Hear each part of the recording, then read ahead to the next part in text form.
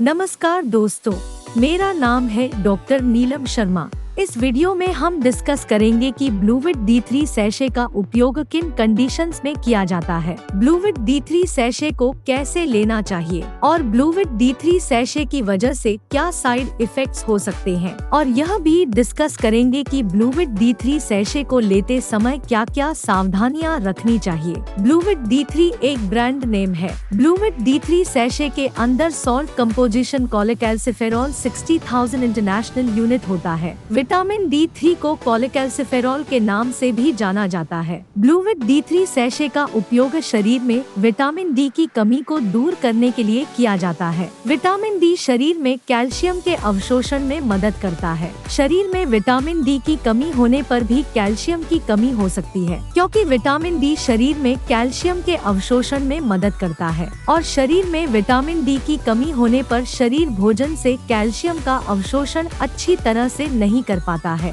जिसकी वजह से शरीर में कैल्शियम की कमी हो सकती है। हमारे शरीर में दांतों और हड्डियों को मजबूत बनाए रखने के लिए कैल्शियम के साथ साथ विटामिन D भी बहुत ही जरूरी होता है। हमारे शरीर का 99% कैल्शियम हमारे शरीर की हड्डियों और दांतों में स्टोर होता है और बचा हुआ 1% हमारे ब्लड में होता है। जब हमारे ब्लड में कैल्शियम की कमी हो जाती है, तब हमारा शरीर हड्डियों और दांतों से कैल्शियम लेने लग जाता है, जिसकी वजह से धीरे धीरे हड्डियां और दांत कमजोर होने लग जाते हैं। हड्डियां कमजोर होने की वजह से हड्डियों में हल्की सी चोट या गिरने की वजह से भी फ्रैक्चर हो सकता है। कैल्शियम और विटामिन D की कमी की वजह से दांतों की जड़ें कमजोर हो जाती है और दांत भंगुर होकर टूटने लगते हैं, और छोटे बच्चों में कैल्शियम की कमी होने पर उनके दांतों को निकलने में देरी हो सकती है या लंबा समय लग सकता है। बच्चों में कैल्शियम की कमी लंबे समय तक रहने पर उनकी हाइट भी कम रह सकती है, और शरीर में कैल्शियम और विटामिन D की कमी होने पर शरीर की हड्डियों और जोड़ों में दर्द रहने की समस्या भी हो सकती है। इसके अलावा ऑस्टियोमालेसिया होने पर,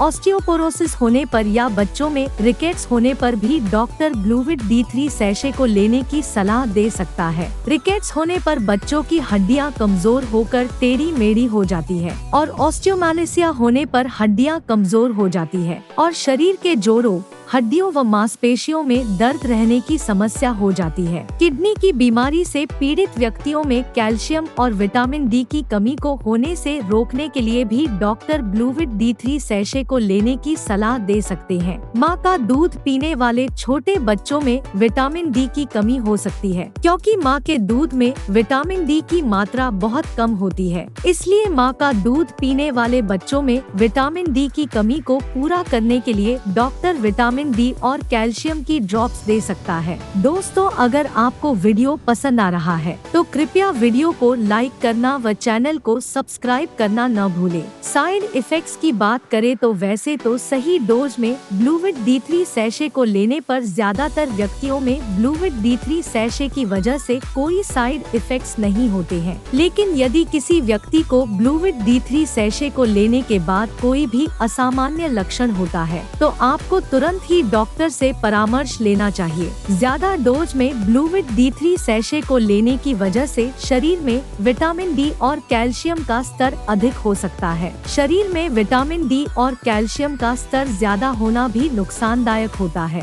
अब हम डिस्कस करेंगे कि ब्लूविट D3 सैशे को कैसे लेना रिकमेंडेड होता है। ब्लूविट D3 सैशे को खाना खाने से पहले भी लिया जा सकता है और खाना खाने के बाद भी लिया जा सकता है। ब्लूविट D3 सैशे को शाम के समय दूध में मिलाकर लेना रिकमेंडेड होता है। आमतौर पर 12 साल से अधिक उम्र के ज्यादातर व्यक्तियों को डॉक्टर ब्लूविट D3 सैशे को सप्ताह में केवल एक बार ही लेने की सलाह देते हैं और 8 सप्ताह तक लगातार लेने की सलाह दे सकते हैं, और 8 सप्ताह बाद डॉक्टर ब्लूविट D3 सैशे को महीने में केवल एक बार ही लेने की सलाह देते हैं और 6 महीने तक लगातार लेने की सलाह दे सकते हैं। ब्लूविट D3 सैशे की डोज उम्र, शरीर के वजन और बीमारी की गंभीरता के आधार पर कुछ व्यक्तियों में इससे अलग भी हो सकती है। इसलिए आपको ब्लूविट D3 सैशे को आपके डॉक्टर डॉक्टर द्वारा बताई गई डोज में ही लेना चाहिए। अब हम डिस्कस करेंगे कि ब्लूविट D3 सैशे को लेते समय क्या क्या सावधानियां रखनी चाहिए। ब्लूविट D3 सैशे को लेने के बाद यदि आप लेबोरेटरी में कोलेस्ट्रॉल की जांच करवाते हैं तो कोलेस्ट्रॉल टेस्ट के परिणाम प्रभावित हो सकते हैं। प्रेग्नेंट महिलाओं और स्तनपान करा रही महिलाओं के लिए ज्यादा हाई डोज में विटामिन डी को लेना रिकमेंडेड नहीं है, इसलिए जरूरत पड़ने पर डॉक्टर प्रेग्नेंट महिलाओं और स्तनपान करा रही महिलाओं को कम डोज में विटामिन डी के सप्लीमेंट्स लेने की सलाह दे सकता है। इसलिए प्रेग्नेंट महिलाओं और स्तनपान करा रही महिलाओं के लिए ब्लूविट D3 सैशे को लेना रिकमेंडेड नहीं है। वीडियो को देखने के लिए आपका धन्यवाद। अगर आपको वीडियो पसंद आया तो प्लीज वीडियो को लाइक कर देना, चैनल को सब्सक्राइब कर लेना और अगर आपका ब्लूविट D3 सैशे से संबंधित कोई प्रश्न है तो आप कमेंट करके पूछ सकते हैं।